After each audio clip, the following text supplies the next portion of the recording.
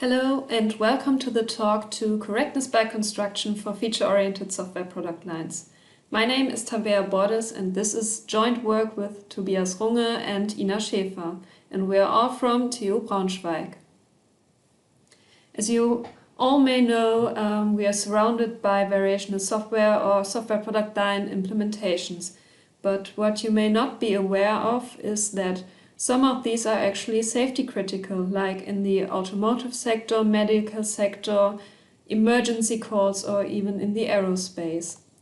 So we want to make sure that these safety critical systems are actually correct, so that they, for example, do not harm anyone when using one of these. First of all, I will introduce you into the field of software product lines, more specifically into the implementation technique for product lines called feature-oriented programming. So to start off, we have a very simple feature model for a product line called IntList.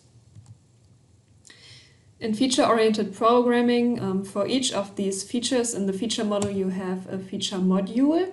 And in these modules, the implementation is contained. In this case, I will show you the implementation of the base and the feature sorted. And the base feature introduces an integer array called data and adds the method push, which adds a new element called newTop to data. The feature sorted has now the ability to override a method, and therefore it overrides the method push to guarantee that the array data is always sorted. To do that, it uses an original call, which is a keyword which is specific to feature-oriented programming, which calls the method in the base feature and therefore reuses the code. Afterwards, it calls the sort method so that the array is sorted. On the right side, you can see the general refinement structure.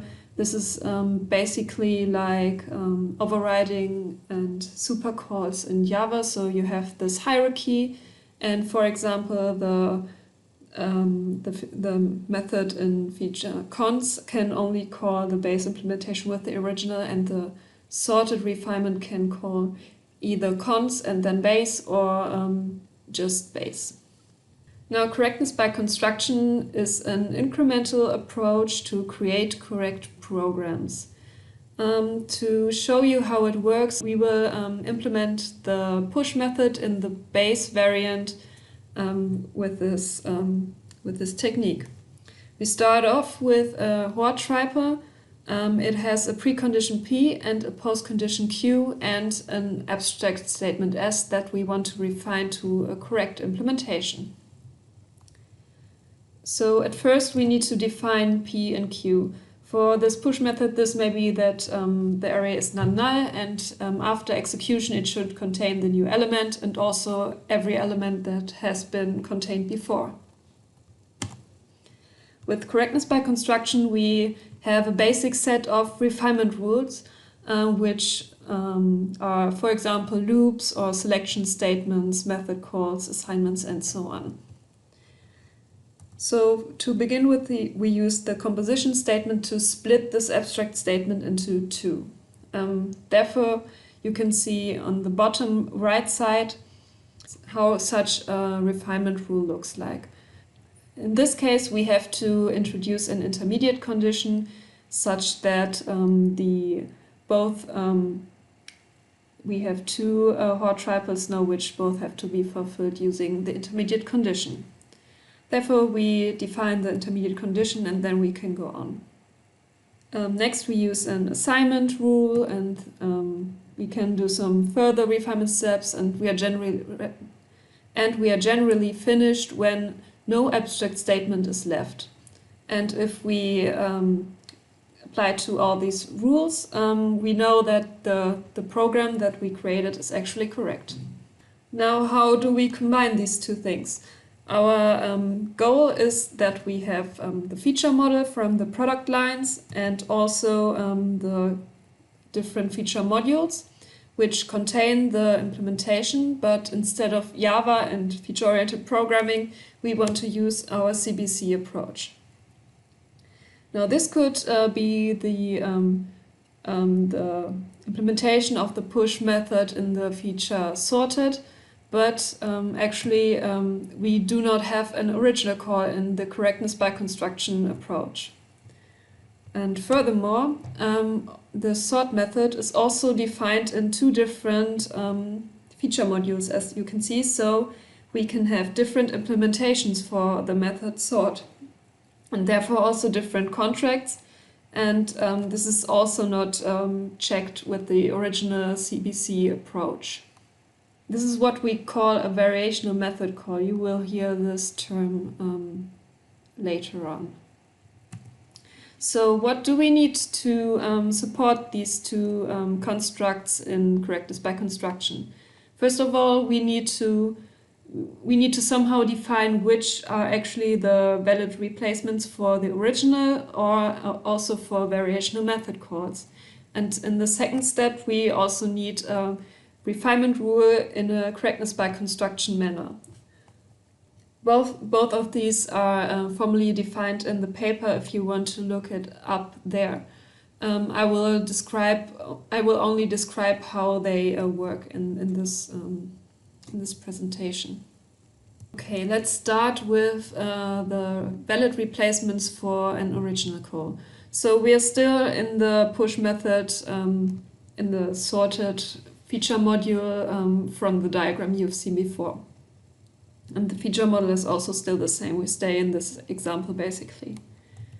First of all, we calculate all valid feature sequences from the feature model. And then we can sort this out a little bit to only get the feature sequences that form valid replacements for the original. So the first insight is that only features who involve feature F, or in this case sorted, can contain relevant replacements for this original call. Therefore, we can sort out the first feature sequences. The second insight is that valid replacements can only be formed by features that are smaller than feature sorted, which is due to the hierarchy that is introduced and used by the original that I showed you when I introduced feature-oriented programming. Therefore, we can sort out sorted, increasing, and decreasing. The third insight is that features that do not implement the method push cannot alter the resulting composed contract and therefore do not have to be considered. Therefore, we can erase root. When we also sort out the duplicates, we end up with the relevant feature sequences base and base limited. Only these can form the valid replacements for the original call, in our case, for the push method in feature module sorted. Now we need to define an actual refinement rule in a CBC manner. The basic concept for this is actually to use the rule for method calls, which is contained in the basic set of CBC refinement rules, but apply it for all valid replacements. So to understand this, we need to look at the method call rule in CBC. This is a basic method call in CBC. You have an abstract statement which is refined to a method call, and this method that is called is defined somewhere with some other precondition and some other postcondition. And the actual definition is a little bit more complex, but the basic condition we have to check is if the precondition pre from the statement implies the precondition from the method PM, and if the postcondition from the method QM implies the postcondition of this calling statement. You can see that we only consider the contract here and do not consider the actual implementation of this method, because we rely on the fact that the Hort triple PM method int x QM is actually fulfilled. So what does this mean for our original call? As I said, we want to apply it to all valid replacements. Here I have the relevant feature sequences that form these, which we derive in the last slide. So we convert these to post and precondition pairs, and then we check them according to the method call refinement rule. For the first relevant feature sequences, which just consists of the base, it is quite simple. So we just take the starting triple from the push implementation and can check that. For the second one, it's a little bit more difficult because it involves two features. So with the normal Java implementation, you would compose the implementation and replace the original in the code, which we don't do because we only consider the contracts. Therefore, we need some kind of contract composition. So what is contract composition then? We use a contract composition technique proposed by TU and I, and it is called explicit contracting.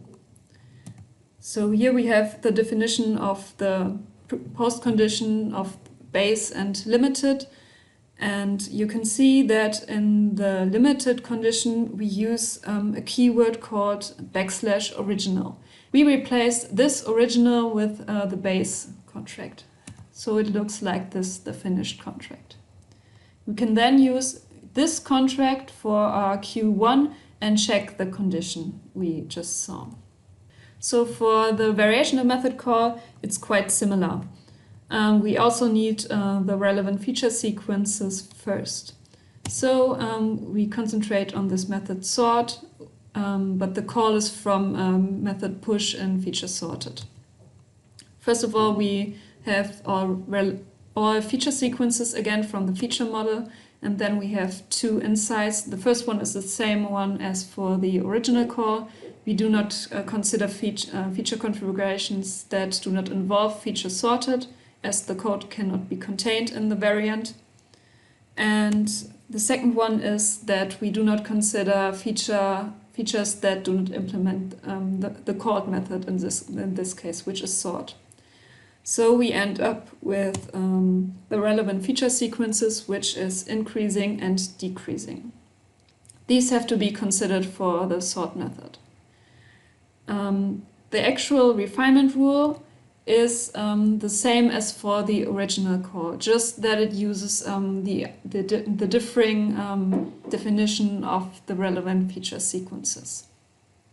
Okay, this is the basic mechanism. We implemented all of this in a tool called Varcorg, which is an Eclipse plugin that is based on Graffiti and EMF, and we also use Key for the actual proofs and Feature IDE for the feature modeling and the project structure. I will give you a short demo for this tool. Okay.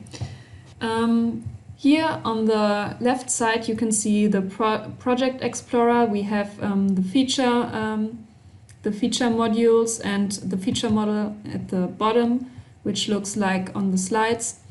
And this is the example that I've shown you on the slides as well. It's the push method in the sorted feature module. And here we have the original call. If we now right-click on verify and select verify a statement, we can see that it calculates the configurations that need to be checked and creates a proof file, or two proof files in this case, which are stored here. And Key is a deductive verification tool which then takes these files that we generated and returns whether it could close the proof or not. And in this case both are true, so the box turned green and it says that the refinement is correct to the specification. This concludes my talk.